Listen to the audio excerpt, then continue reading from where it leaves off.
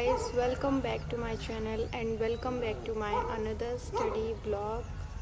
I hope आप सब अच्छे होंगे और आप सबकी पढ़ाई भी बहुत अच्छी चल रही होगी। तो जैसा कि हमारे 2 डेज़ कंप्लीट हो चुके हैं टारगेट स्टडी के, जो कि हमने 14 डेज़ का टारगेट लिया था और उसमें से आज है डे 3। तो हर सब्जेक्ट के आप की जितनी कैपेबिलिटी है, आप जितना कर सकते हो, आप उतनी ही सब्जेक्ट के टारगेट लीजिए कि आपको ये कंप्लीट करने हैं। घंटों के हिसाब से आप बाद में पढ़ना जब आपका पूरा सिलेबस हो जाए एक बार। अदरवाइज़ सबसे पहले आपको टारगेट स्टडी करनी है, क्योंकि मुझे लगता है इसमें घंटों से भी ज़्यादा टाइम इन्वेस्ट हो जाता है। बाकी का जैसा आप चाहें वैसा आप कर सकते हैं, क्योंकि सबके पढ़ने का तरीका अलग अलग होता है। तो देखते हैं आज का हमारा रूटीन कैसा होगा। तो हर रोज़ की तरह मेरी मॉर्निंग की स्टार्टिंग होती है वार्म वाटर से, और अगर मैं वार्म वाटर नहीं लेती तो फिर मैं चिया सीड्स ले लेती हूँ। एंड देन रेडी होकर मैंने किया लंच, और लंच करने के बाद ये है मेरे आज के टारगेट्स। और टारगेट्स तो मैं 1 नाइट पहले ही लिख लेती हूँ, या फिर सुबह सुबह मॉर्निंग होती है तब लिखती हूँ कि मुझे आज क्या क्या पढ़ना है किस सब्जेक्ट से। बिकॉज़ पहली बार पढ़ रही हूँ तो इतना अच्छा याद नहीं होता, बार बार रिवीजन करेंगे तो ही ठीक से हो पाएगा। तो 12 बजने वाले थे, बिकॉज़ मैं सो के ही बहुत लेट उठती हूँ। तो ये है इंग्लिश में, जो कि है डायरेक्ट इनडायरेक्ट, और इनकी जो फॉर्म्स होती हैं like past present simple, past simple में चेंज होगा, और प्रेजेंट परफेक्ट पास्ट परफेक्ट में होगा। वो मैंने अदर दूसरी नोटबुक में लिखी थी, तो क्योंकि पता नहीं वो मैंने दूसरी में क्यों लिखी, ये मुझे खुद याद नहीं। जब मैंने अपने नोट्स ढूंढे तो मुझे भी कुछ पार्ट मिसिंग लगा डायरेक्ट इनडायरेक्ट्स में से।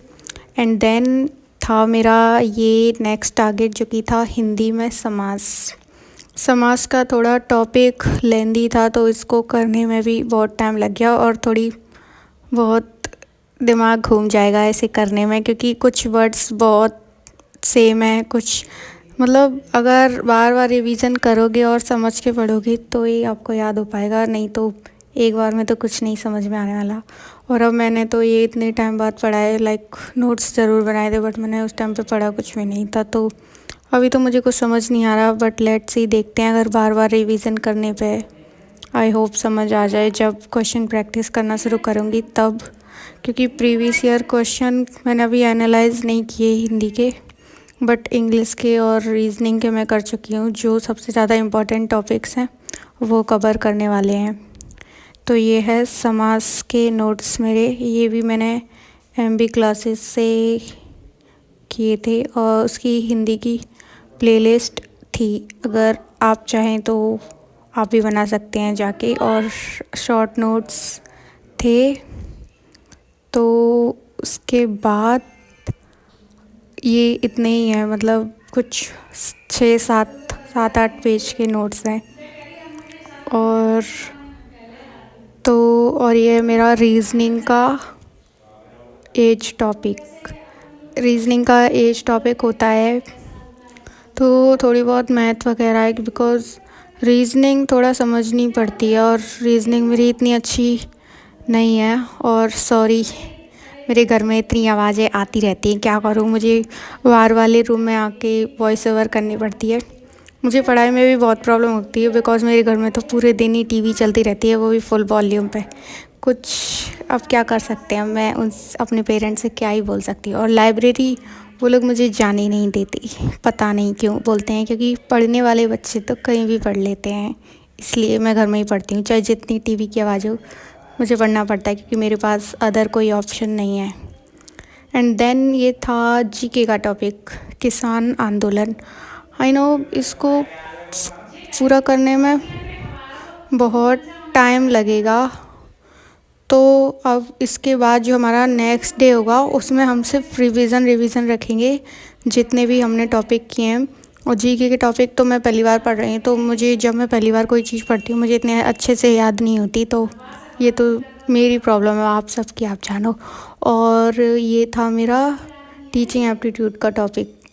टीचिंग एप्टीट्यूड इतनी हार्ड नहीं है, बिकॉज इसमें आप क्वेश्चन करोगे तो आपको समझ आ जाएगा, बिकॉज इसमें थोड़े अदर टाइप के क्वेश्चंस बनते हैं। और जैसा कि देखो, आज के जितने भी टारगेट्स थे वो कंप्लीट हो चुके, बट जीके में हमने कुछ ज़्यादा नहीं किया, सिर्फ 1-2 पेज, बिकॉज सबसे लास्ट में मैंने जीके ही पढ़ी थी। तो और ये है मेरे नेक्स्ट डे के टारगेट, जो अब इसके बाद ब्लॉग आएगा मेरा कल, उसके टारगेट हैं। तो उसमें मैंने सोचा कि जितना मैंने 3 दिन में पढ़ा है, लाइक इंग्लिश में और टेंस, डायरेक्ट इनडायरेक्ट और आर्टिकल्स, उनका रिवीजन हो जाएगा। और हिंदी में भी जो किया है मैंने, उपसर्ग, प्रत्यय और समास, उसका भी रिवीजन हो जाएगा।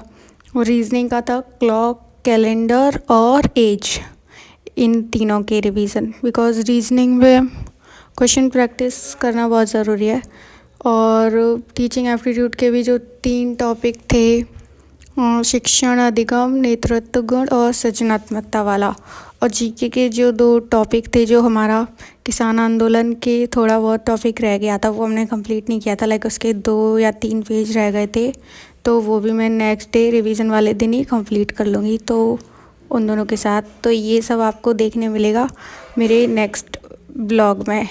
और आई होप आप सबकी भी पढ़ाई अच्छी चल रही होगी। अगर आपके कोई भी क्वेश्चन हो पढ़ाई से रिलेटेड, तो प्लीज़ कमेंट करके ज़रूर बताना, और मुझे जैसे ही टाइम मिलेगा मैं आप सबकी कमेंट करने का ज़रूर करूँगी। बाय।